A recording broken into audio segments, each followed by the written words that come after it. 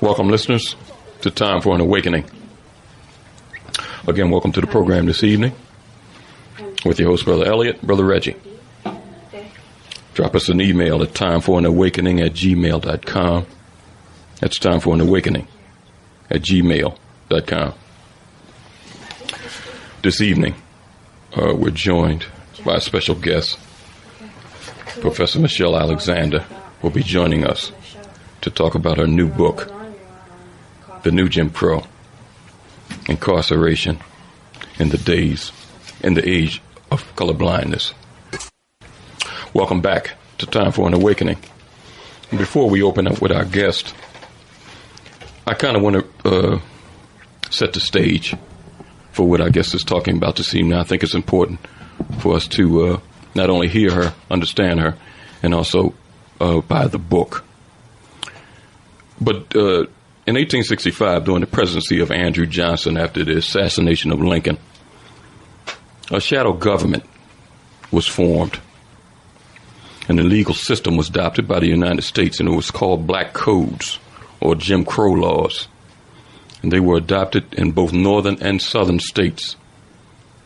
Yet, moreover, in the southern states, this form of government was legal system that lasted almost 100 years, from 1865 to 1964, when the blood and sweat and lives of our forefathers constitutionally challenged these laws during the Civil Rights era, and which led to its abolishment.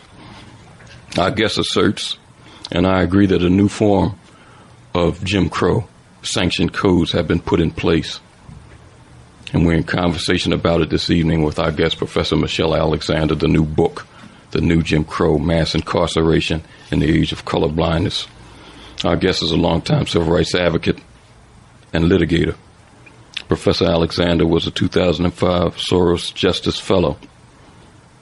Professor Alexander served for several years as director of the Racial Justice Project at the ACLU of Northern California, which spearheaded the national campaign against racial profiling. She clerked for Justice Harry Blackmun on the U.S. Supreme Court, directed the Civil Rights Clinic at Stanford Law School, and has appeared as a commentator on CNN, MSNBC, and other media outlets.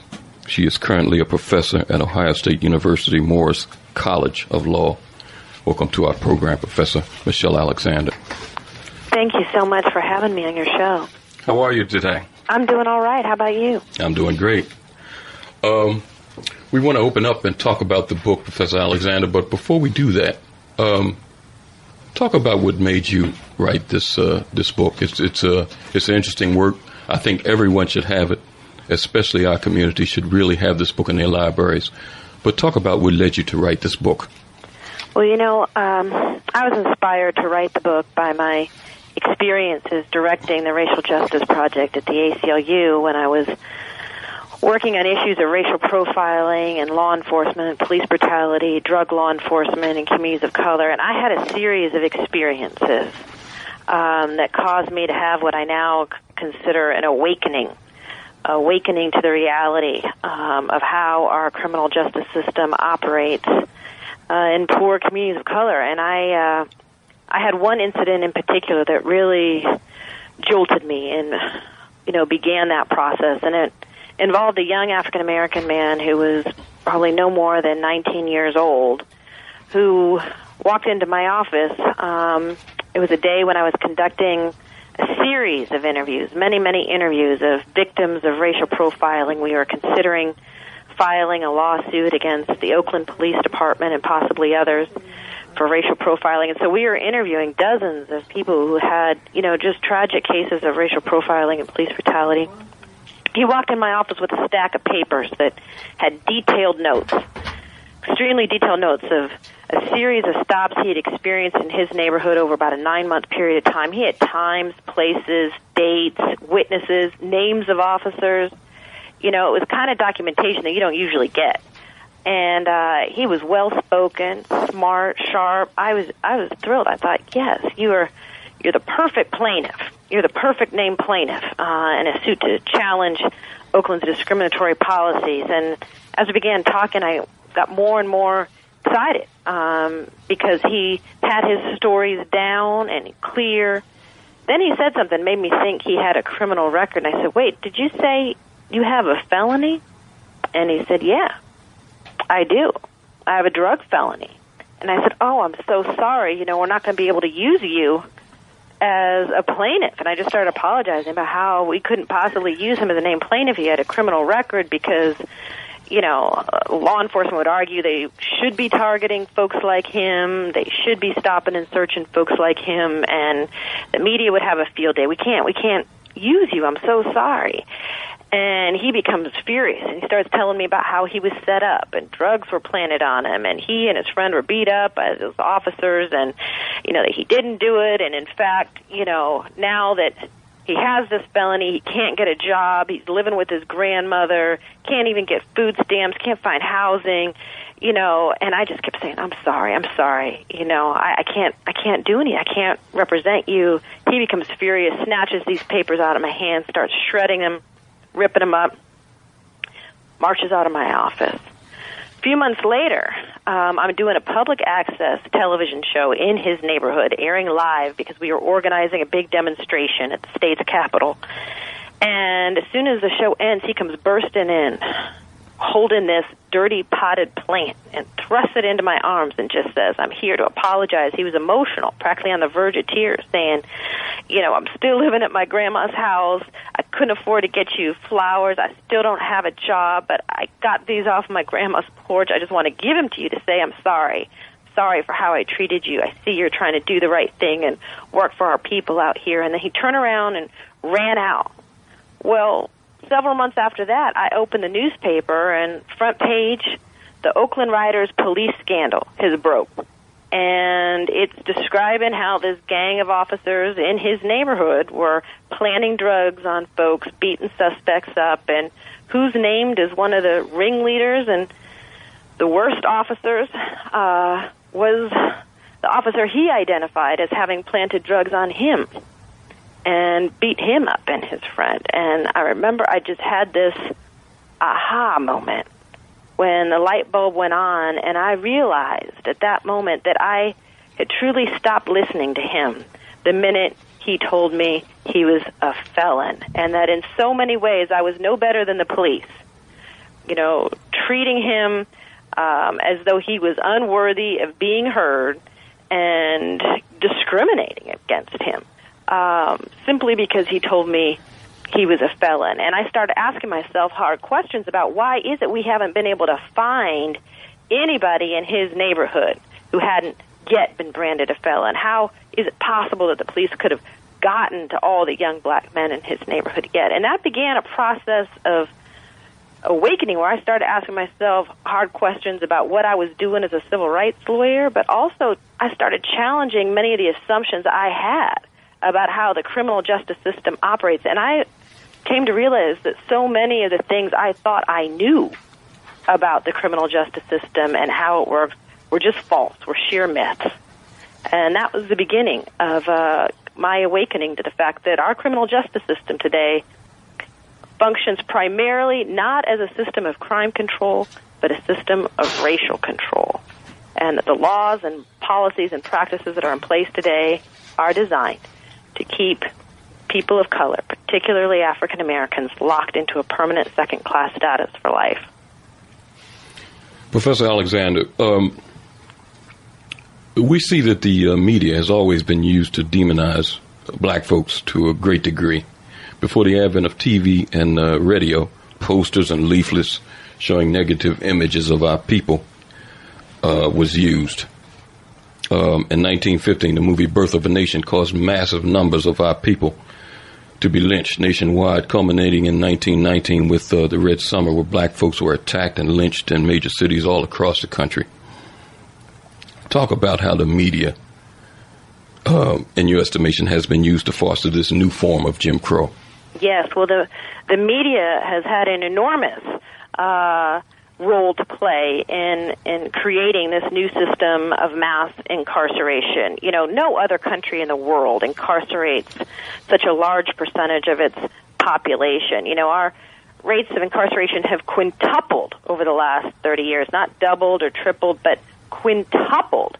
And this, drastic increase in our prison population has not been driven by crime rates, as most people believe, but instead has been driven by racial politics, a backlash against the civil rights movement and the gains of African Americans in the 1960s. And the media has strategically been used, has been employed quite consciously by conservatives who resent, the gains of African Americans, to criminalize and to portray African Americans as, criminals in the media. Now, many people say, "Oh, you can't prove such a claim." Well, in fact, it's well documented. In 1982, President Ronald Reagan officially declared the current drug war. That happened at a time when drug crime was actually on the decline, not on the rise. It was a couple of years before crack first hit the streets in Los Angeles and later spread to communities of color, throughout the nation. And he declared this drug war because he and other conservatives at the time were trying to appeal to poor and working class whites who were resentful of desegregation, busing, affirmative action. And pollsters and political strategists found that by using get-tough rhetoric on issues of welfare and crime, that they could appeal to those, white working class, poor voters and persuade them to defect from the Democratic Party and to join the Republican Party. It was part of what is called the Southern strategy of flipping all of the formerly blue states in the South red. In fact, in the words of H.R. Haldeman, former President Nixon's chief of staff, H.R. Haldeman, he said, quote, "The whole problem is really the blacks. The key is to devise a system that recognizes this while not appearing to," end quote. So the drug war was an effort to, get tough on African Americans. And once crack emerged, the Reagan administration hired staff whose job it was to publicize inner city crack dealers, crack babies, crack whores, and try to make inner city crack use, dealing, and related violence a media sensation in the hopes that these images would bolster public support for a drug war it had already declared and turn what had been a rhetorical war into a literal one. And the plan worked like a charm, for more than a decade. Images of black and brown drug users and dealers saturated the media and the evening news. You could hardly turn on the evening news for a lengthy period of time without seeing black men in handcuffs and images of drug rapes. And those images forever changed our nation's conception of who drug users and dealers are and ushered in a wave of punitiveness that swept over the United States, resulting in harsh mandatory minimum sentences, 3 strikes laws, and a host of legal forms of discrimination against those who have been branded felons, including legalized housing discrimination, legalized discrimination in public benefits, the denial of food stamps. So many of the old forms of discrimination that we supposedly left behind during the civil rights movement are suddenly legal again once you've been branded a felon. Professor Alexander, my name is Reggie. I enjoyed your book, read it in 2 days, and been looking over and telling everyone I can speak to about it that they need to get this book. Thank you. I have a different viewpoint now how I view our young men that are on the street corners when it comes to this whole thing about the war on drugs and, drug dealing and drug selling in the communities.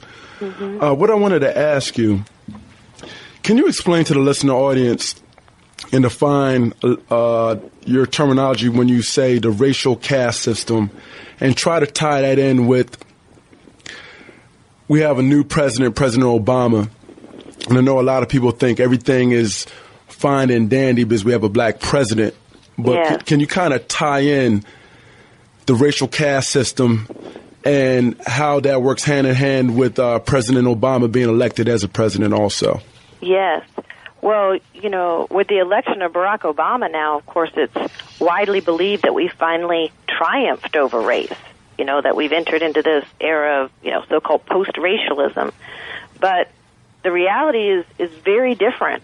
In major American cities, many major American cities, the majority of African American men are locked behind bars or labeled felons for life.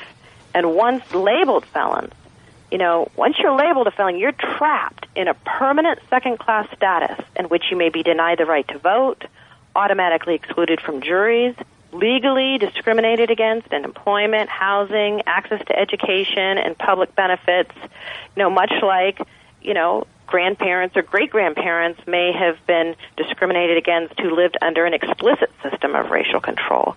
So when I say racial caste system, what I'm referring to is this: a system of laws, rules, policies, and practices that operate to keep a group of people defined largely by race in a permanent second-class status. And that is, in fact, what our criminal justice system does. The war on drugs and the Get Tough movement has resulted in the targeting of young people of color, young ages, often before they're early enough to vote, primarily for nonviolent and drug-related offenses, the same sorts of offenses that occur with equal frequency in middle-class communities, on college campuses and universities. This system targets our youth at extremely young ages, sweeps them into the criminal justice system, gives them criminal records, brands them felons, and then ushers them into a permanent second-class status in which so many of the rights supposedly won in the civil rights movement no longer apply to them. They become permanently unemployable, excluded from public housing, if branded a drug felon, even denied public benefits. And then, many people don't realize that once you're released from prison, you're often saddled with thousands of dollars in fees, fines, court costs. In many states now, you're expected to pay back the cost of your imprisonment, accumulated back child support, and up to 100% of your wages can be garnished to pay back all these fees, fines, accumulated back child support. So even if you're one of the very lucky few who actually managed to get a job following your incarceration, up to 100% of your wages can be garnished to pay back all these fees, fines, court costs, accumulated back child support. What do we expect these folks to do? They can be denied employment by law, barred from housing, denied even food stamps, and even if somehow they manage to get a job, 100% of their wages can be garnished. It's no surprise that 70% of those released from prison return within 3 years, and the majority of those who return do so in a matter of months because the barriers to just survival and making it in the legal economy are so immense. That's why I say, this system is best understood as a system of racial control, not crime control. As a system of crime control, it makes no sense, to target our youth at extremely young ages and render them permanently unemployable, deny them, employment and education opportunities, make it virtually impossible for them to survive in the legal economy. That's a recipe for crime creation, not crime prevention. And it's a system that's far more expensive to maintain than a education and job training and job creation program. So this system isn't primarily concerned with preventing crime. It's primarily concerned with controlling, millions of African Americans in, a legal way that appears on the surface to be colorblind. Professor Alexander, to follow up that answer, is there? We like to come up with solutions on the program. What solutions are there for any family members that have someone that they love that's in the system for a nonviolent crime to be able to get out? Is there some sort of movement that is going on now that a lot of people are not aware of that you might know? Well, I strongly believe that a broad-based social movement is the only thing that holds any hope for ending mass incarceration as we know it in the United States. You know, if we were to return to the rates of incarceration we had in the 1970s, you know, a time when many civil rights activists thought that rates of incarceration were just egregiously high. But if we were to just return to the bad old days in the 1970s, we'd have to release 4 out of 5 people who are in prison today. You know, more than 1 million people employed by the criminal justice system would lose their jobs. You know, this system isn't going to shrink or downsize without, you know, a major fight. There are a range of, you know, vested interests. You know, prison guard unions are the largest and most powerful political organizations in many states. You know, we now have private prisons. We have a host of corporations that profit from prisons in the United States today. And so, you know, we want to talk seriously about ending mass incarceration. It's not going to be enough just to tinker with this system and seek isolated policy reforms. We're going to have to build a movement that demands education, not incarceration for our youth. It demands job creation, not prison time for our youth.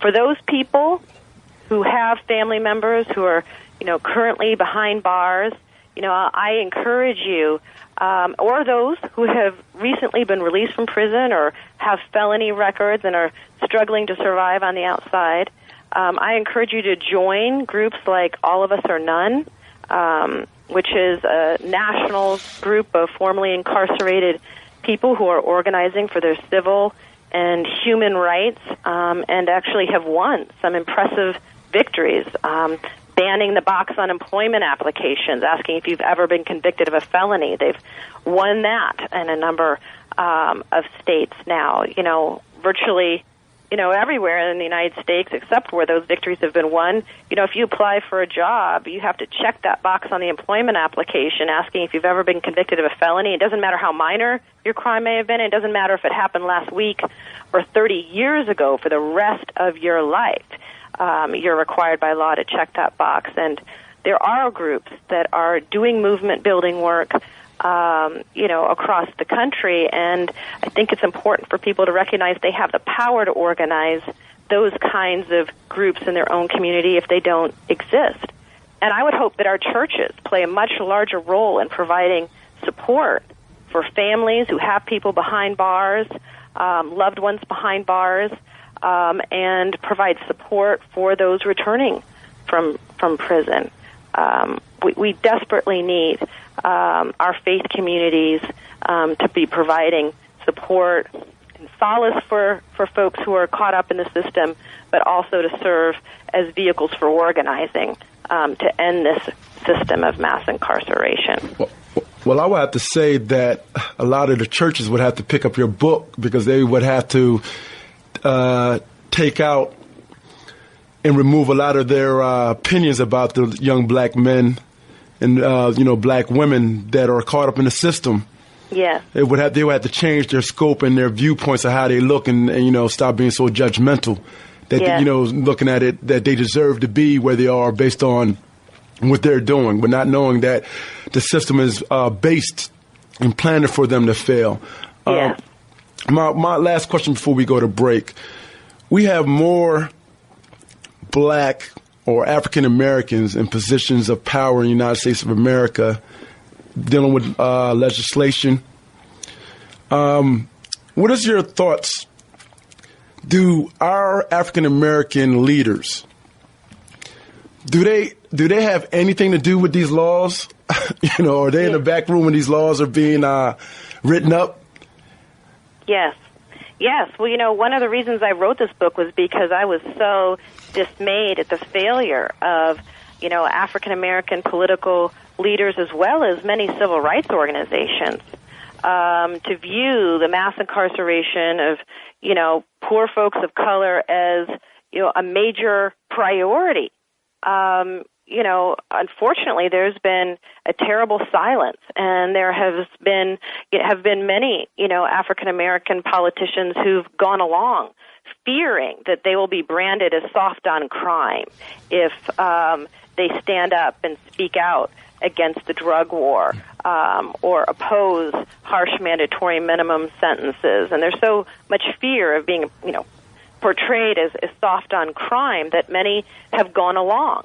Now, I think it's, one of the things that's critically important for, whether you're talking about faith leaders or politicians is to recognize that, incarceration rates in the United States have not been driven by crime rates. The overwhelming majority of the increase in imprisonment has been attributable to nonviolent and drug-related offenses. And contrary to popular belief, people of color are no more likely than whites to use or sell illegal drugs than whites. In fact, what the studies have suggested now for decades is that white youth are more likely to engage in illegal drug dealing than black youth. But that's not what you would guess by, checking out our nation's prisons and jails, which are overflowing with African-American drug offenders. In fact, in some states, African-Americans constitute 80 to 90% of all drug offenders, sent to prison. And for those who think that, that's because the war on drugs is, focused on rooting out violent offenders or drug kingpins, think again. Nothing could be further from the truth. Federal funding flows to state and local law enforcement agencies that boost dramatically the volume, just the sheer number of drug arrests, giving, law enforcement an incentive to go out and round up en masse as many low-level offenders as they can, rather than invest their resources in trying to root out the big drug kingpins. That's why, for example, in 2005, 4 out of 5 drug arrests for simple possession, only 1 out of 5 for sales. Most people in state prison for drug offenses have no history of violence or significant selling activity. And in during the 1990s, the period of the greatest expansion of the drug war, nearly 80% of the increase in drug arrests were for marijuana possession, a drug less harmful than alcohol or tobacco, and equally, if not more prevalent, in middle-class white communities and on college campuses as it is in the hood. But the drug war has been waged almost exclusively in poor communities of color, resulting in our young men being branded as felons at young ages and losing so many of the rights that many of our parents or grandparents fought for and some died for. Professor Alexander, we're going to take a brief break, and when we come back, we're going to expand the conversation. We'll get the callers on.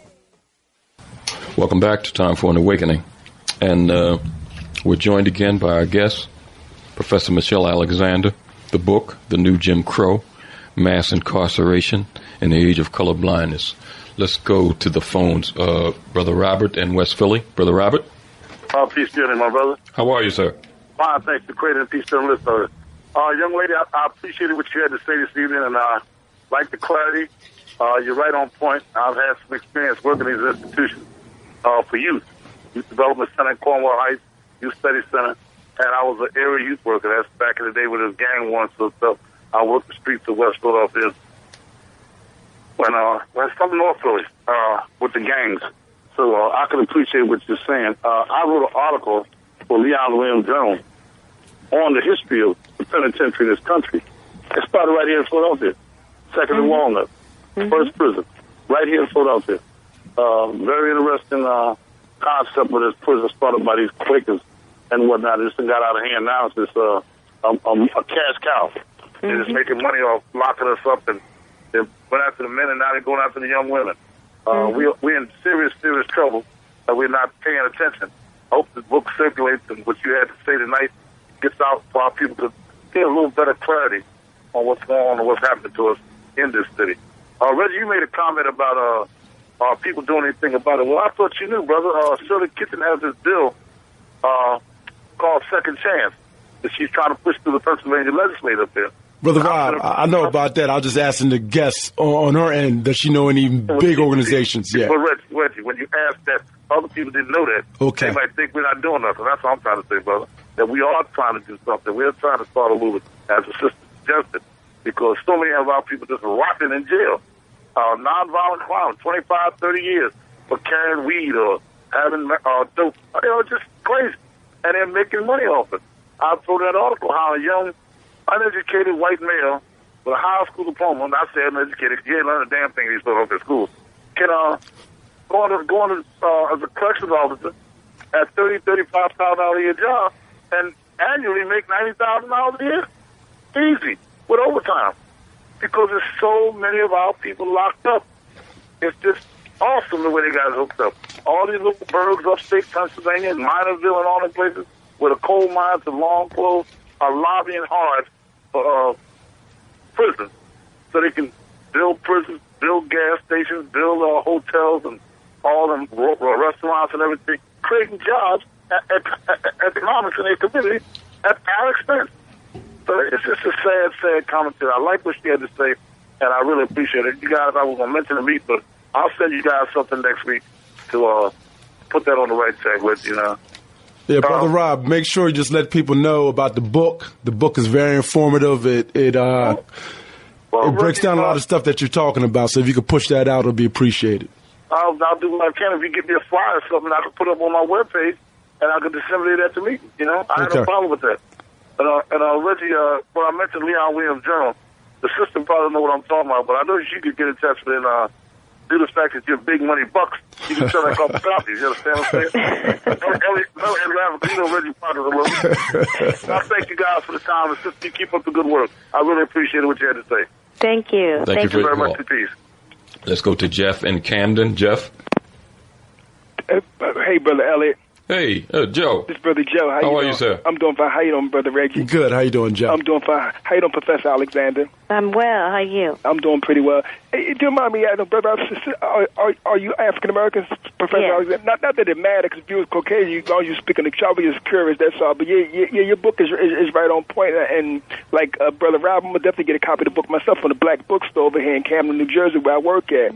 And Professor Alexander, when you was talking earlier about the situation in Oakland, you made me think back to right here in Philadelphia about 10, 11 years ago. It was a corrupt police department called the 39th District, where they had planted drugs on black people, black women, black men, and they even planted drugs from like a 70-something-year-old great-grandmother, Miss Betty Patterson, and she spent like 3 years in jail and stuff, but these white cops did that to her. And over here in Camden, New Jersey, they recently had to release about 20 or 30 black men and Puerto Rican men because, again, racist white cops and a couple of black ones that was involved, they planted drugs and trumped up charges on people of color over in Camden, New Jersey. So you see it's widespread. But see, what happens, Professor Alexander, is that the reason why it's so hard to get these cops to justice is because you got these FOP leaders in these police departments across the country. No matter what these cops do, no matter how egregious their acts, they defend them. Yeah. And even when it's blatantly, like here in Philadelphia, when those cops kicked them brothers on Fox 29 Quarter, you had the FOP head here in Philadelphia saying it was okay. One cop, Professor Alexander, he went from one black brother to another, laying with their handcuff in a prone position, just stopping one brother to another, just going back and forth. When the brother was already subdued and everything, we had the FOP head said it was okay.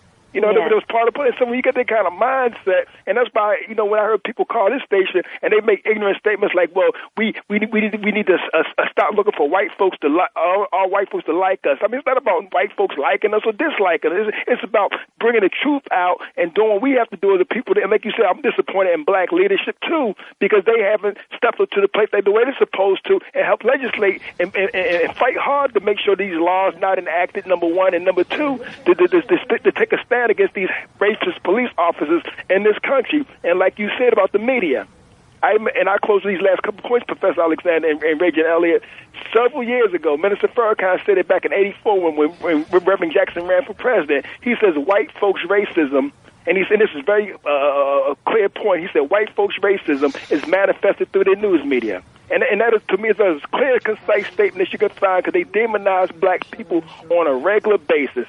And they do it all the time. And this justice system is so unfair. Like you said, Dr. Alexander, you was honest enough to say you started learning things about this system that you didn't even know that it was about. Because I don't know if you're familiar with the late justice up in New York, Judge Bruce Wright. He coined a book called Black Rose, White Justice. Mm-hmm. And in the book, Professor Professor Alexander, he said clearly, he said the judges wear black robes, but the justice they dispensed out is white justice. Mm-hmm. So he made it very clear on that. And I close with this, Professor Alexander. In your book, correct me if I'm wrong, do you comment on former President Bill Clinton? Yes. Yeah, because see, that's another misnomer, because I heard an excerpt of your book, and I'm going to definitely get a copy when I get paid this week, because some of our people are so, and it's not about, hating anybody or being vitriol, but we have to be honest. See, and we all know we got good white people in this society. We have good people of any particular race. When I heard black people, even some to this day, with this stuff about Bill Clinton is no friend of black people. Never have been and never will be. Bill Clinton is 90%, if not 100%, responsible for a lot of these draconian laws that's on the book today. The 3 strikes you out. Kicking people off of welfare, that they have criminal record, all that kind of stuff. The NAFTA thing where jobs went overseas. Bill Clinton did a lot of damage to black people. You hear some of our misguided people still talk about he's the first black president. If Bill Clinton is black, then I'm a Phi Beta Kappa. I mean, it's just so ludicrous to hear intelligent black people still, pop this guy up like he's some kind of friend. He's no friend of black people. He's no more of a friend of black people than Benjamin Netanyahu of Israel is. I mean, give me a break here. But like I said, I just close with that, Professor Alexander. You keep up the good work, because your book it needs to be distributed, like Brother Rouse said, to our people all across the country. They need to see that book. Even Caucasian people need to see that book so they can open up their eyes, because a lot of them in denial. Like some of our people dense in denial. Well, a lot of them is in the same mindset too. So they need to see that book and read that book so they can get a clarity on what's going on in this racist injustice system. And that's all I have to say. We'll give out the information in reference to purchasing the book before the program ends, Joe. Thanks, Elliot. Thank you for your call. You're welcome. I think he raises an excellent point about, President Clinton and actually the so-called New Democrats generally. It was President Ronald Reagan and the former segregationists, in the South who started the Get Tough movement and, the war on drugs.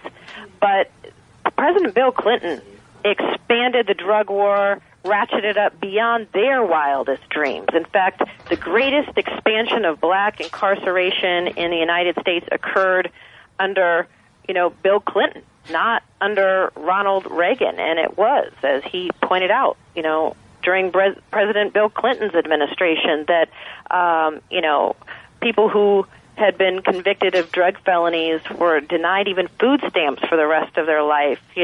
Pregnant women, people with HIV and AIDS. Doesn't matter, how poor or hungry you are. You once caught with drugs, you're not eligible for food stamps for the rest of your life. And it was the Clinton administration that was responsible for the laws and regulations barring people released from prison from public housing for a minimum of 5 years and encouraging both public and private housing, organizations to discriminate against people with criminal records for the rest of their lives. This happened under a Democratic administration. And so there really has been a collapse of resistance across the political spectrum to the emergence of mass incarceration and this new system of control. And that's why I think we can't just put our faith in the Democratic Party here to solve these problems. This system of control will be ended only if we kind of take power in our own hands at the grassroots level and demand that justice is done no matter who's in office. I agree with you. Let's go to Dr. Payne in West Oak Lane. Dr. Payne? Good afternoon. How are you, sir? How you doing? All right. Much respected Professor Alexander, Brother Reggie, and Brother Elliot. How you doing, Dr. Payne? Just fine. Hi. What prompted me to call is I wanted you to expand some points you raised in your book. For example, and I'll just ask like 3 main questions and let you answer them. The first one is in Chapter 3. You said the Supreme Court says that the courthouse doors close to claims of discrimination. I'd like you to kind of expand on that, how the Supreme Court has changed over the years. Mm-hmm. The next question is the statement you make about a felon gets less respect than a black man living in Alabama during the height of Jim Crow. Yes. And the third question is I'd like you to just make some comparisons between Jim Crow and high incarceration rates here in the day, like not having the right to vote and things like that. Okay. I would appreciate it. Great. Yes. Well, first, it's absolutely the case that the United States Supreme Court has closed the doors to claims of racial bias in the criminal justice system at virtually every stage of the criminal justice process, from stops and searches to plea bargaining and sentencing. You know, people ask me all the time, well, if the criminal justice system is racist, as you say, why, don't you file a lawsuit about it? Why don't we hear about lawsuits being filed challenging, racist prosecutors or racial bias on the part of judges or police officers in the media? And the answer to that question is that the Supreme Court has made it virtually impossible even to file those cases through a series of cases beginning with McCleskey versus Kemp and Armstrong versus the United States. The U.S. Supreme Court has ruled that no matter how great the racial disparities, no matter how overwhelming the statistical evidence, you can't even allege a claim of racial bias in the criminal justice system without proof of conscious racial bias, tantamount to an admission. Essentially what they want is, some kind of racial epithet or an admission of racial bias in order for you to even get in the courthouse doors. They are demanding precisely the kind of evidence that's, nearly impossible to come by today when everyone knows not to say the reason I stopped him because he was black. The reason I sought the death penalty was because he was black. The refusal to give him a good plea deal was because he was black. People in law enforcement, like in society general today, know better than to say those things out loud. But unless you have that kind of evidence, you cannot, succeed in bringing claims of racial bias against criminal justice practices today. The U.S. Supreme Court has effectively immunized this new system of control from judicial scrutiny for racial bias, much in the same way that the Supreme Court once protected slavery and Jim Crow in its time.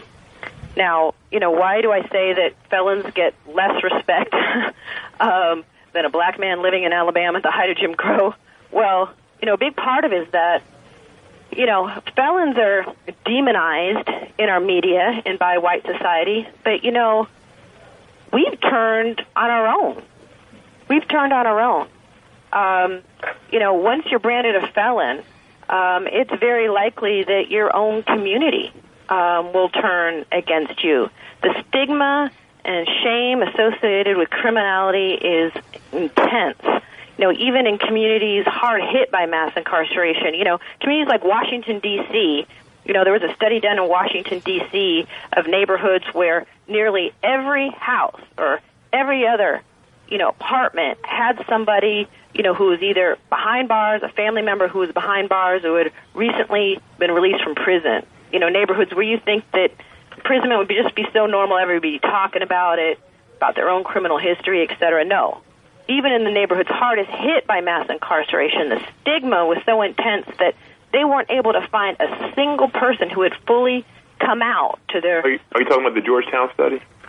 Yeah. Yes, I know. I'm familiar. To their friends, neighbors, or loved ones about their own criminal history. People try to pass. During the Jim Crow era, light-skinned blacks would try to pass as white to avoid the shame and stigma associated with race. Well, today, people branded felons, branded criminals, try to pass, not just by lying to employers and housing officials, but also trying to keep quiet about their own criminal history with friends or coworkers and loved ones. I think the shame and stigma associated with criminality today is more damaging in some respects because it keeps us blaming ourselves for our own condition. And while personal responsibility is absolutely necessary, everybody needs to take responsibility for their actions for sure. The shame and stigma has kept us silent about the true nature of this system and has prevented meaningful collective action. And was there one more question, Dr. Payne? Oh, did I miss one? Parallels between Jim Crow and mass incarceration. Yeah, well, Thank you for your call, sir. Another home run, Brother Reggie and Brother Elliot. Thank you. All right. There are more African Americans under correctional control today, in prison or jail, on probation or parole, than were enslaved in 1850 a decade before the Civil War began. And in 2004, there were more African Americans disenfranchised than in 1870, the year the 15th Amendment was ratified, specifically prohibiting laws that deny the right to vote on the basis of race. During the Jim Crow era, black people were kept away from the polls primarily, through poll taxes and literacy tests. Well, today, felon disenfranchisement laws, accomplish that job in some states even better. And in many cities, many major areas in the United States today, the majority of African American men of working age have criminal records and are thus subject to legalized discrimination in virtually every aspect of economic, social, and political life. So, during the Jim Crow era, it was legal to discriminate in employment on the basis of race. Well, today it's legal to discriminate if you've been branded a felon. It was legal to discriminate in housing. There were racially restrictive, covenants and open discrimination in housing. Today, that same type of blatant discrimination occurs if you have a criminal record. Same for discrimination in public benefits, discrimination in education. You're automatically deemed ineligible for jury service if you have a felony record. In many areas of the country, all-white juries have made a roaring comeback. That was one of the things I wanted to touch on. But Professor Alexander, do me a favor. Give out all the information that you want to give out in reference to the book. Hopefully, schedule permitting, we can get you back on next week for part 2 of this discussion. Well, thank you so much.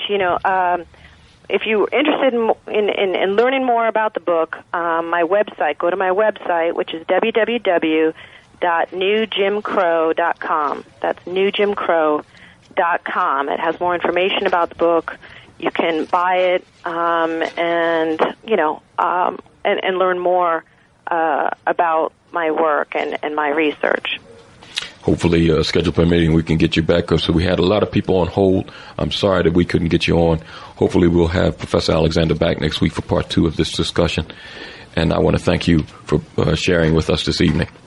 Thank you so much for having me and, ensuring that the message gets heard. You're a very courageous sister, too, because I know a lot of people, there's a lot of black men that wouldn't have the courage that you did to put something like this together.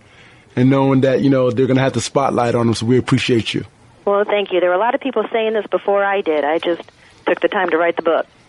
Thank you so much. Thank you. I want to thank everybody for participating this evening, and the callers that we didn't get on, hopefully we'll have her back next week, schedule permitting. Thank you for participating this evening. Lively discussion as always, and we'll be back next week, Lord willing, to continue on this path towards an awakening. Peace. And we're going by the fly. Tell me some of your thoughts, and we're going to get to the phone. We have a couple callers. Reg, the thing that kind of threw me off a little bit, our guest was calling in, but she called me. Okay. We're about to try to hook up with her momentarily. Okay. But, in regards to leadership, I didn't hear your whole monologue because I was kind of back and forth with her. I think that we're at a crossroads now, especially the times we're living in. And it's kind of similar. If you're talking about political leadership and the political times, this is really similar, eerily similar to the period of Reconstruction when our people came out of chattel enslavement. You had Republicans, which was similar to the Democrats of this period.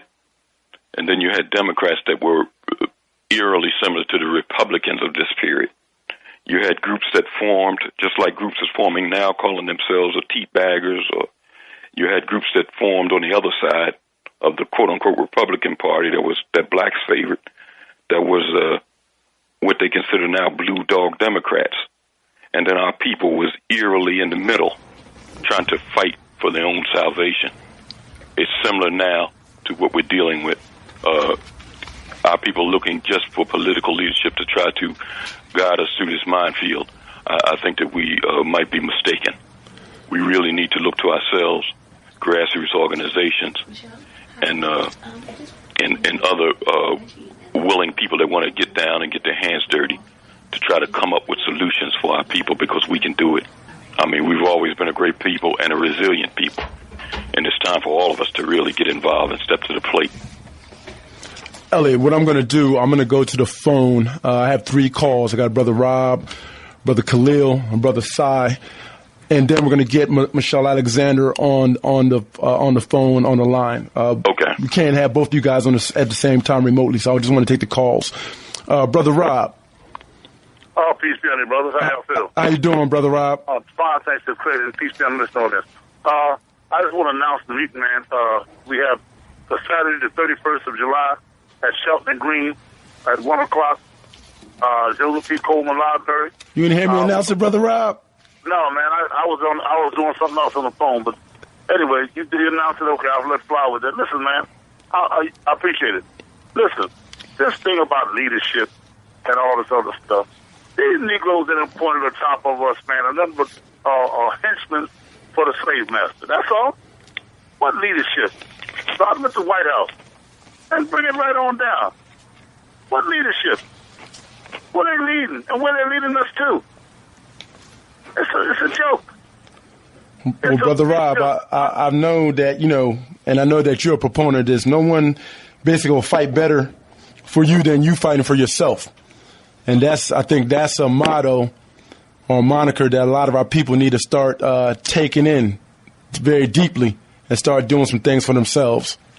Well, absolutely. The whole bottom line is doing for self. Organizing ourselves in our community, creating jobs for ourselves, trying to buy and sell things amongst ourselves and our community. But we've lost that entrepreneurial spirit, man. We've lost that. These people now, all they want to do, they run to school, get a college degree, and sit up at a desk with their feet up on it and tell me they master something. They ain't master nothing. Well, how you going to master something you can't take care of yourself? Brother Rob, what I'm going to do is Elliot's remote tonight, and I have Sister Michelle Alexander. She's back on, but she's remote too. So I'm going to take the calls, 2 more calls.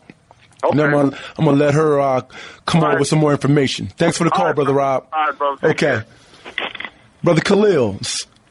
Yes, I know you brothers are pressed for time, so I'm going to be brief. And peace to everyone there in the studio and the listening audience.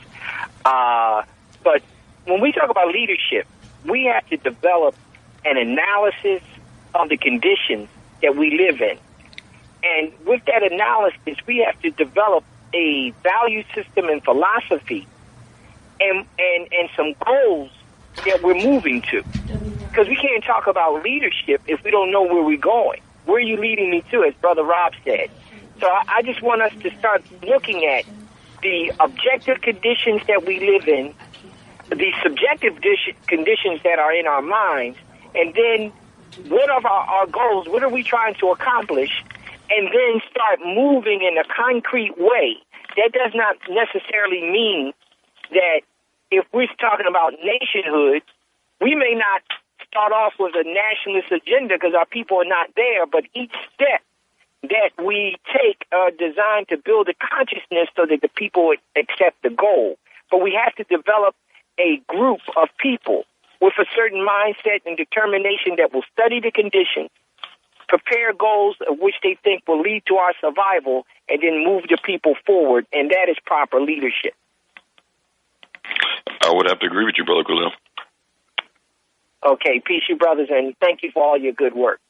Thank you, sir. Thanks for the call. Brother Sai in Germantown. Brother Elliot, Brother Reggie. How you do, brother? Hey, brother, sir. Oh, man. Love y'all show and the information y'all bring so much. And I'm going to keep it moving, too. My father made transition 5 years ago, and he was like the patriarch of our family. And before him, his father, and then my great uncles. So when we go to family reunions, they're held in honor as elders.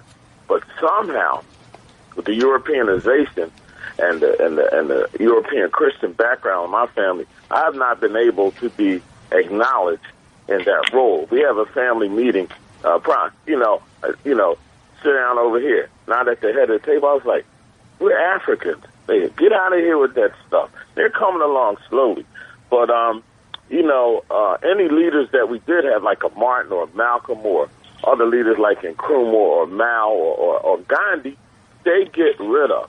I'm my own leader, and I appreciate different leaders in different circumstances like a Willie Brown Inspector or Henry Nichols. I don't appreciate spineless people like Pete Matthews. We're going in our third year with no contract, and Brother Sy, who ran for a shop steward, can't get but 5 votes out of 100 because my own people are scared of the fire and the change.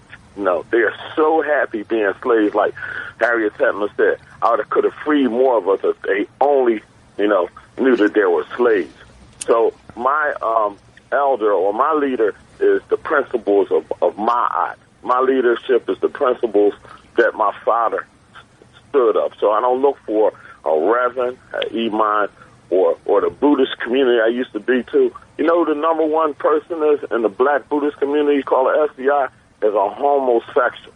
He can't give any counseling on fatherhood or relationships with women. And in the other sector, is they pick the weakest, softest black men and black women with their handkerchief heads, serve up to the Japanese and white supremacy to be leaders, and that's who they pick. They pick, like it was so eloquently spoken. And in closing, we all have the God-given and the creative energy to be lead. You lead your family, then you lead your block, then you lead your community, and that's where we need to stand up and be the best individuals we can be because we are. That's all I got. Thank you. Thank you, Brother Sy. Have a nice night. I'd like to introduce to the audience the author of The New Jim Crow, Mass Incarceration in the Age of Colorblindness, Michelle Alexander. Hi, thanks for having me. Welcome. Yeah, I'm very, very happy to be back on the show. Okay. Elliot is remote tonight, but we had to get him off the line in order to be able to get some more calls in. Wanted to leave the line open to have some people call and talk to you tonight. Is Elliot still on the line? Okay. Michelle, just to follow up from the last show, can you talk about the genesis of the book and what was the impetus of you needing to write this book? Well, I decided to write the book, The New Jim Crow, because I was dismayed at the failure of mainstream civil rights organizations and many black politicians, many of those who considered part of the black leadership in the United States, to take seriously, to make as a real priority the mass incarceration of poor people of color in the United States and the war on drugs. Over the last 30 years, our prison population has quintupled, exploded, absolutely exploded. We have the highest rate of incarceration in the world, and the majority of the increase in the last few decades has been due to the imprisonment of poor people of color, primarily for nonviolent and drug-related offenses, the same sorts of offenses that occur with about equal frequency in middle-class white communities and on college campuses, yet white youth are not asked to forfeit their lives, essentially, as a result of relatively minor crimes. But, in poor communities of color in the hood, the police come in sweeping these communities, stopping and frisking folks and search for drugs. And once you're branded a felon, that's it. You are relegated into a permanent second-class status in which most of the rights supposedly won during the civil rights movement are stripped from you. You can be denied the right to vote, automatically excluded from juries. You can be legally discriminated against, once again, in employment, housing, access to education, public benefits. You can be even denied food stamps if you have a drug felony. So many of the old forms of discrimination that we supposedly left behind are suddenly legal again once you've been branded a felon. And the branding of millions of poor people of color as felons in the United States in recent years is not the result of a rise in crime rates, but is instead the result of racial politics and a quite deliberate effort to return African Americans in particular to a second-class status in America. Michelle, you talked in the book about the rates and patterns. They don't really explain the glaring racial disparities in our criminal justice system. Can you elaborate on that? Well, there's enormous racial disparities, particularly in the drug war. Again, people of color aren't any more likely to use or sell illegal drugs. In fact, studies have shown now that white youth are actually more likely to engage in illegal drug dealing than black youth. But it's black youth who are overwhelmingly targeted in the drug war. In fact, some states, 80 to 90% of all drug offenders sent to prison are African American. These figures are driven by racially biased law enforcement practices targeted at poor people of color. And the U.S. Supreme Court has turned a blind eye to race discrimination in the criminal justice system. I dedicate a whole chapter to explaining how, at every stage of the criminal justice process, from stops and searches to plea bargaining and sentencing, the U.S. Supreme Court has made it nearly impossible to prove racial bias in the criminal justice system. People are always asking me, well, if the system is as biased as you say it is, why not bring a big class action lawsuit? Why aren't there more lawsuits filed challenging the bias of police and prosecutors and judges in the system? And I say, well, the reason we don't hear about more lawsuits challenging racial bias in the criminal justice system is because the U.S. Supreme Court has closed the courthouse doors to claims of racial bias in a series of cases beginning with McCleskey versus Kemp and Armstrong versus United States. The U.S. Supreme Court has said quite explicitly that no matter how great, no matter how much statistical evidence you can offer, no matter how severe the racial disparities, unless you can come forward with proof of conscious, intentional bias, like a racial slur or an epithet or, the kind of proof that is nearly impossible to come by today when, most everyone knows better than to say the reason I stopped him because he was black. The reason I sought the death penalty was because he was black. Because in the so-called era of colorblindness, people know better than to admit racial bias.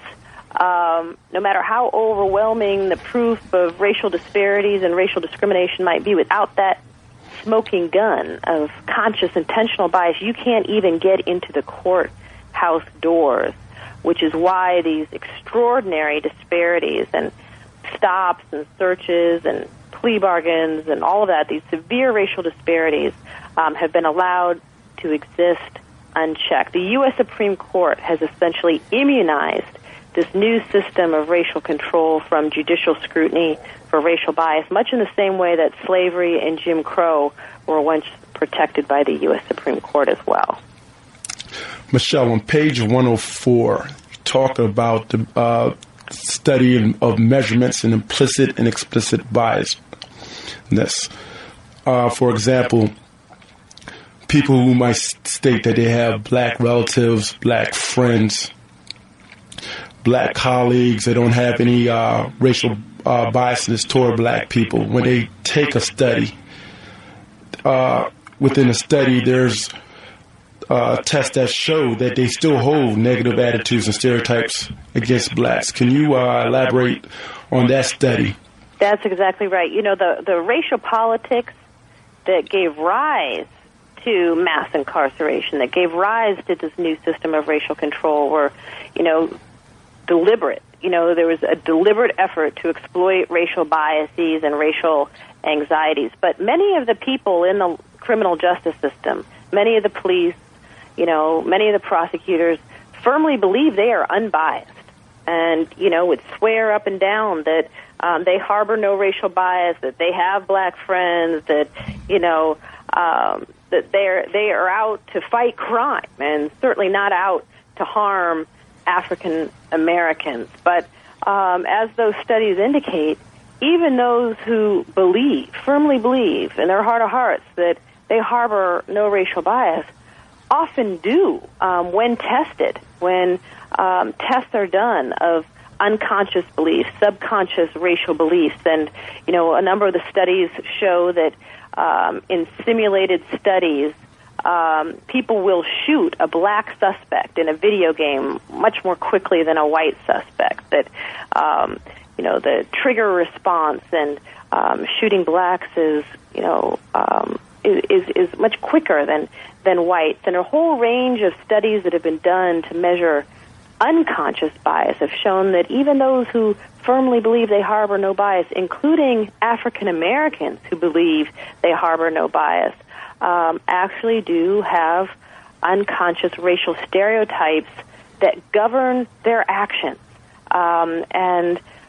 That's key. It's not just that people are walking around with these subconscious biases. It's that when police officers are making decisions about who to stop and search, and who looks like a criminal, who looks like they're up to no good, who looks like trouble, those assessments are almost inevitably tinged, if not governed, by unconscious and conscious racial stereotypes and biases, which is why it's so critically important for there to be some kind of accountability mechanisms in place so that where patterns of stops and searches, are shown to be racially discriminatory, that those practices can be struck down. But like I said, the U.S. Supreme Court has made it virtually impossible to challenge practices like consent searches and pretext stops, which are routinely used in the war on drugs, made it impossible to challenge those practices on the grounds that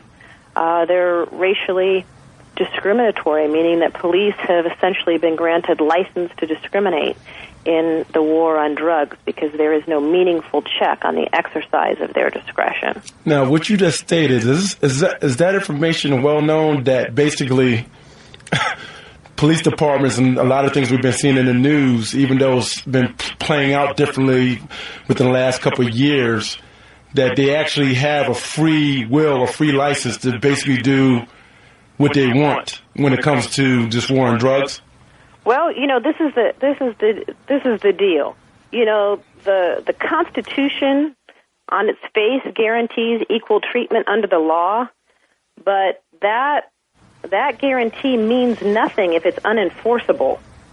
And like I said, the U.S. Supreme Court has made it nearly impossible to enforce the equal protection guarantee of the 14th Amendment. And so although the law on its face guarantees equal protection of the laws and prohibits race discrimination, because it's nearly impossible to prove discriminatory conduct within the criminal justice system, law enforcement has, in effect, freedom to discriminate on the basis of race, provided that no one openly admits it.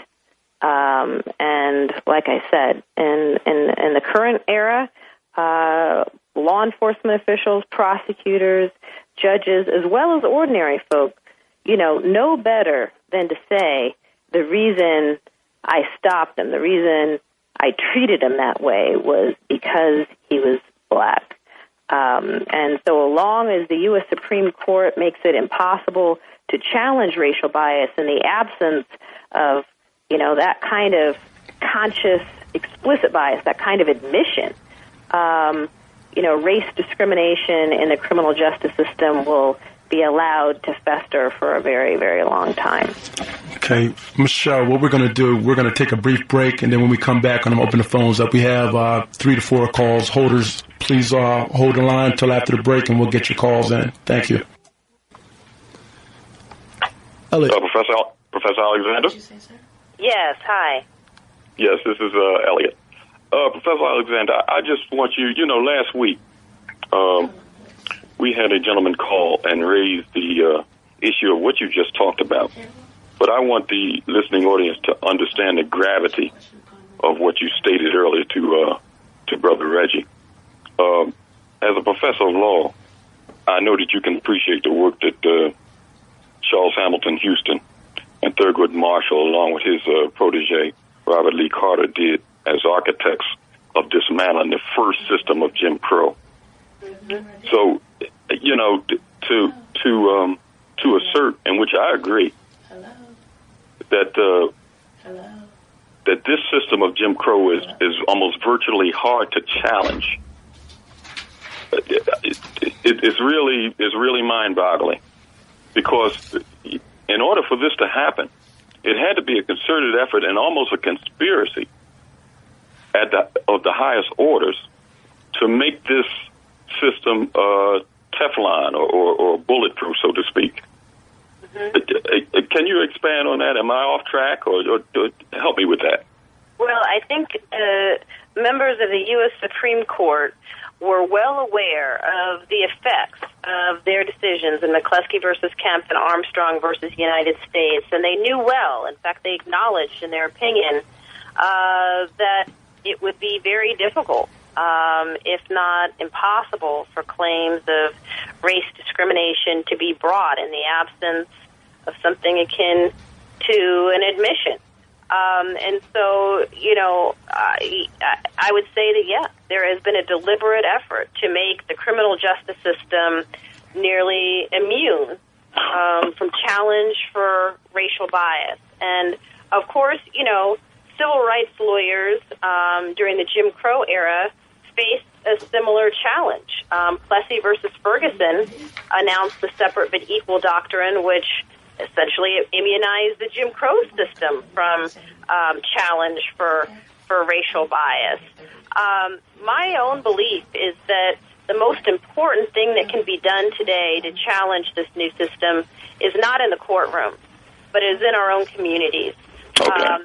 That nothing short of a major social movement has any hope of ending mass incarceration in the United States. It really wasn't Brown versus Board that ended Jim Crow.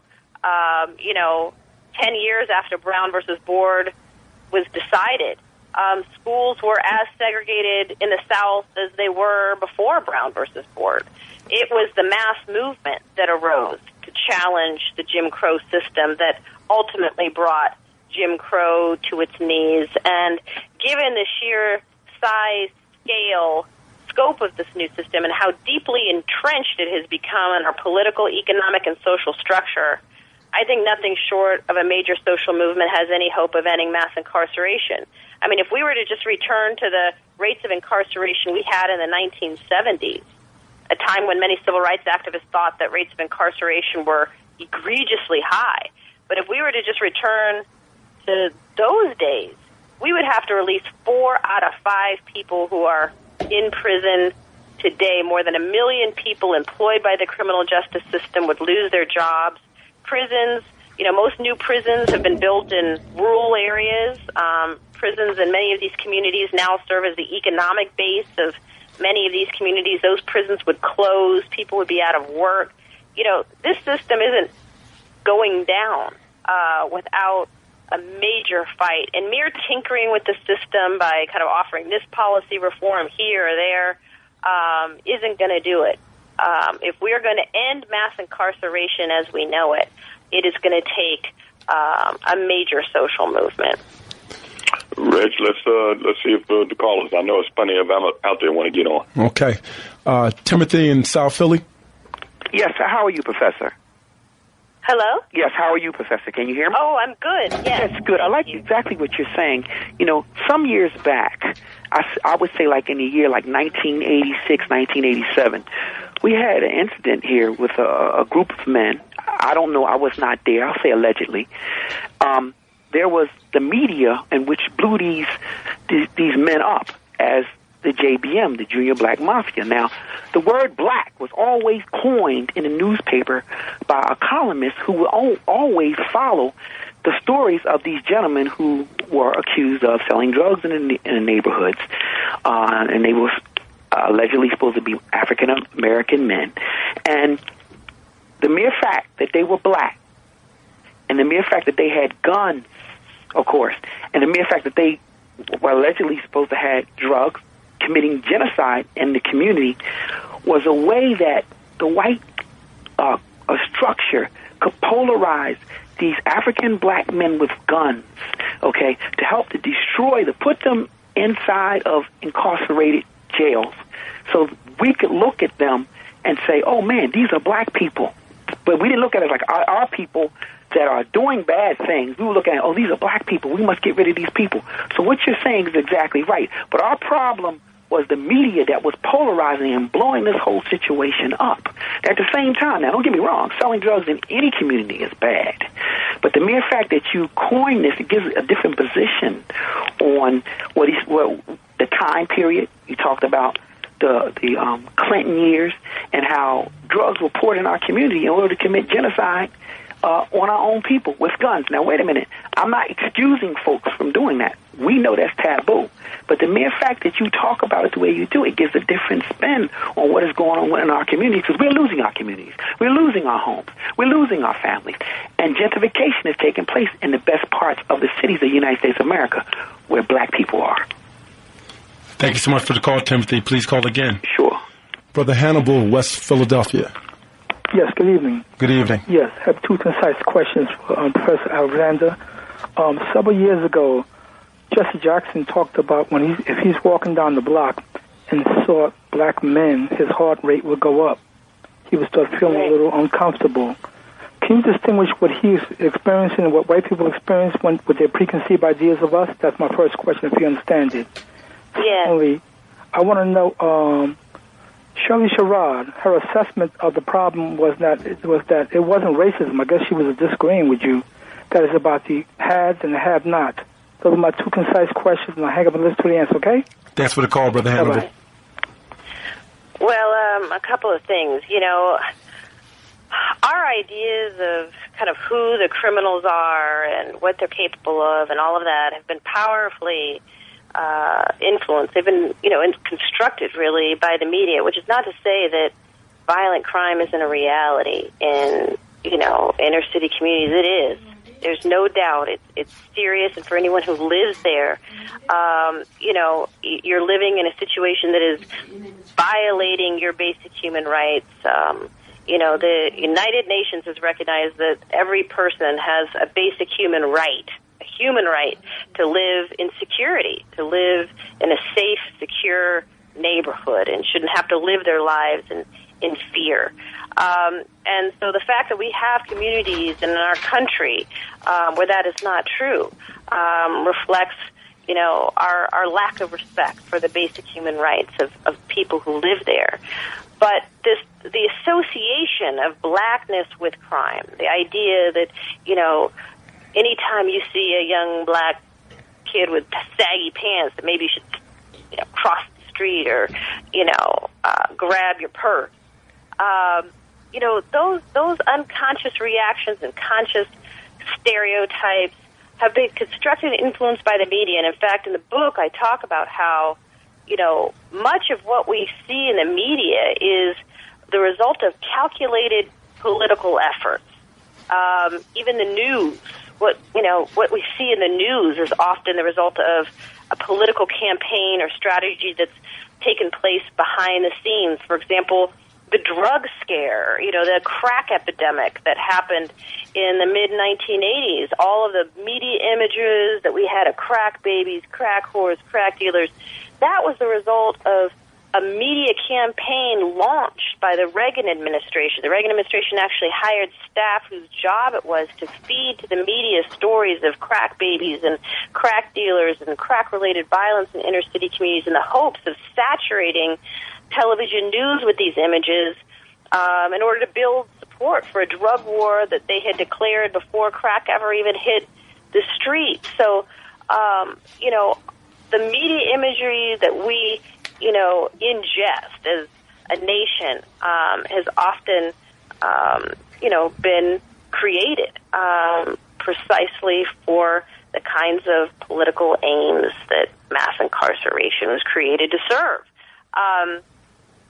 So I think it's important that when we have these reactions, when someone like Jesse Jackson says to himself, I feel scared when I see a young black man, or I think twice, maybe I should cross the street. Think, well, where did those ideas come from? Where did those fears come from? And, what is the best way of addressing those subconscious and conscious biases and fears that so many of us carry within us. We've been fed these kinds of images and stereotypes for a long, long time. So many of the thoughts we think are our own have actually been constructed for us. Professor Alexander, to follow up Hannibal's question, I know he kind of pointed what I'm about to ask you on the second question, but in reference to Jesse Jackson, would you say that, I know you stated that part of the problem is media images, but also what I was thinking, do you think part of him, the way he might be looking at young black men, might be part of his classism in his own mind of where he thinks he is within the United States power structure versus the young black men that might be in a corner? Well, I don't know. I don't know. I think that, I would say that Reverend Jackson maintains, a commitment to poor folks of color in the United States. Whether or not I agree with everything he says or does, I think, he would consider himself to be in solidarity with poor folks of color. But, to get to kind of that next question about whether this is really about kind of poor people or about race, as Shirley pointed out, is this really about, those who have those versus those who have not? I think she has a point. Now, let me clarify this, because a lot of people will ask me, well, is this really about race or is it about class? As if the two things can be so easily separated, as it could be one or the other. And I say it's both and. It's both and. It's about race. It's completely about race, and it's about class. It's about both and. And, as I describe in the book, every system of racial control that has ever emerged in the United States, including slavery, can be traced directly to an effort by white elites to pit poor whites and poor blacks against each other. Even slavery, prior to the all-black system of slavery in the United States, there was a system of bond laborers where Africans who were brought to the United States as well as poor whites worked together as indentured servants on plantations, side by side as bond laborers. That changed when an interracial, series of rebellions started happening on these plantations. And there was an effort to overthrow the plantation elite and fight back. And how did they solve that problem of, these poor workers rising up against the plantation elite? They solved it by proposing an all-black system of slavery. And that all-black system of slavery, helped to, buy the support of poor whites, because at least they weren't slaves. They turned some of those poor whites into slave patrols. They actually had police power over some of the slaves. They gave those poor whites a direct interest in the new system of racial control. If you look at the emergence of Jim Crow, once again, is traceable to the effort of white elites to exploit the fears and anxieties of poor whites and try to pit poor whites against poor blacks. So, again and again, there has been a divide and conquer strategy that has been employed by economic and political elites to try to divide poor whites and blacks, turn them against each other. And time again, it's resulted in the emergence of these new systems of racial control, and mass incarceration is no exception. Mass incarceration is traceable once again to that effort by, former segregationists and conservatives to exploit white fears and anxieties on the heels of the civil rights movement. Whites who were anxious about busing and desegregation affirmative action, they found that they could exploit those fears and anxieties by using get-tough rhetoric on issues of crime and welfare. So, I think Shirley Sherrod is right that on one level, it's about those who have versus those who have not. But the method that has been used to keep those who have not at the bottom, the method that's been used, the divide and conquer strategy time and time again has been race. To use racial division and the exploitation of racial fears and anxieties as a method of keeping the folks at the bottom divided. and hostile towards each other. And, we see that playing out even today with, the Tea Party and the reaction to it over the last few weeks. Those politics, that dynamic is alive and well as much as it was, immediately after the Civil Rights Movement, and it's the same dynamic that existed during Reconstruction and prior to Jim Crow. Professor Alexander, we have 3 more calls. We're running up against the clock. Jerry in Southwest, do you have a comment or a question? I'll be very brief. Okay. Professor Alexander, you mentioned in your book that your husband, Carter Stewart, has been your rock, yet he does not share your views. Could you expound on that? And number 2, you actually said that you thought that the title of your book, The Drug War is the New Jim Crow, you said people will think you're crazy if you believe that. You said that's rather an absurd comparison, and I see you did a 180 on that. And lastly, Professor Randall Kennedy law professor Randall Kennedy from Harvard, he wrote a book, and he talks about race, crime, and the law. He mentions that black legislators were complicit in agreeing to harsher penalties for crack in various states across the country. And I'll hang up. Thank you, Jerry, for the call. Yes.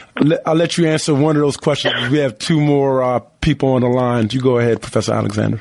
Well, yes, my husband, as I mentioned in the book, in the preface or the acknowledgments of the book, he himself is a federal prosecutor, and no, he does not share all of my views. He doesn't disagree with all of my views either, but he believes that he can, accomplish, real change on the inside. He believes that, it's important to have people who are prosecutors being fair and striving to be unbiased within the system. I am less optimistic than he is that much change can happen from within.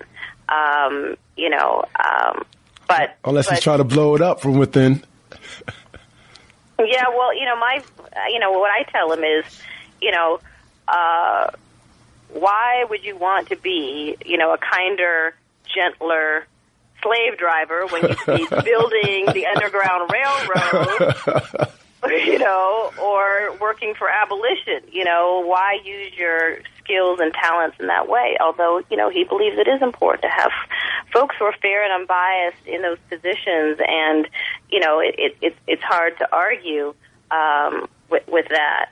I'm very familiar with Randall Kennedy's work. In fact, I assign his book, Race, Crime, and the Law, in my classes as kind of one example of a strain of thought that argues, Professor Randall Kennedy argues that, the Supreme Court was right to say that only conscious intentional bias should be subject to challenge in the courts. And, he argued that it doesn't matter how severe the racial disparities are, that the U.S. Supreme Court shouldn't step in to address racial disparities unless there is proof of that kind of conscious intentional bias, something akin to an admission. And I disagree strongly with that view, but I assign his work, and I'm very familiar with his point of view.